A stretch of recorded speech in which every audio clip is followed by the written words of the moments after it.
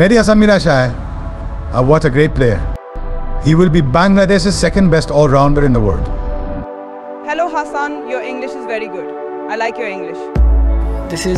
দ্বিতীয়বারের মতো অ্যাডভান্স লেভেলের ইংরেজি বলে সবাইকে চমকে দিয়েছেন হাসান মাহমুদ। হাসানের ইংরেজি শুনে রীতিমতো মুগ্ধ হয়েছেন পাকিস্তানের সুন্দরী সাংবাদিক। এদিকে মেহেদী হাসান মিরাজের প্রশংসা করে মিরাজকে নিয়ে এমন মন্তব্য করলেন পাকিস্তানের সাবেক ক্রিকেটার শোয়েব আখতার। 2024-এ এই প্রথম পাকিস্তানকে পরপর 2 ম্যাচে হারিয়ে কোনো টেস্ট সিরিজ জিততে চলেছে বাংলাদেশ।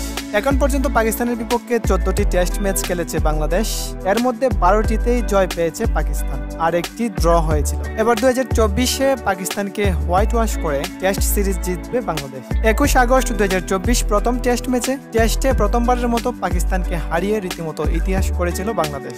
ওই ম্যাচে মুশফিকুর রহিম খেলেছিলেন 191 রানের দুর্দান্ত এক ইনিংস। এই সাথে ম্যাচ জয়ের পিছনে মেহেদী হাসান মিরাজের ভূমিকাও ছিল গুরুত্বপূর্ণ। প্রথম ইনিংসে বল হাতে 1 উইকেটস নিয়ে ব্যাট হাতে করেছিলেন 77 রান। দ্বিতীয় ইনিংসে একাই নিয়েছিলেন 4 উইকেটস। এরপর দ্বিতীয় টেস্টের প্রথম ইনিংসে পাকিস্তানের 5 গুরুত্বপূর্ণ উইকেটস শিকার করে নিয়েছিলেন মেহেদী হাসান মিরাজ এবং ব্যাট হাতে লিটন দাসের সাথে 78 রানের চমৎকার একটি ইনিংস খেলেছিলেন মেহেদী হাসান মিরাজ এবং লিটন খেলেছিলেন 138 রানের দুর্দান্ত একটি। ওই দিন লিটন ও মিরাজ এই অনবদ্য ইনিংস খেলে বাংলাদেশের মান বাঁচিয়েছিলেন। এই হিসেবে সবকিছু বিবেচনা করলে পাকিস্তানকে হারিয়ে সিরিজ জিততে পারলে মেহেদী হাসান মিরাজই হবেন প্লেয়ার অফ দ্য সিরিজ। শুধু টেস্ট নয়, সকল ফরম্যাটে লম্বা সময় ধরে মেহেদী হাসান মিরাজ দুর্দান্ত পারফরমেন্স করে। সাকিব আল হাসানের পর দ্বিতীয় বিশ্বসেরা অলরাউন্ডারকে পেতে চলেছে বাংলাদেশ।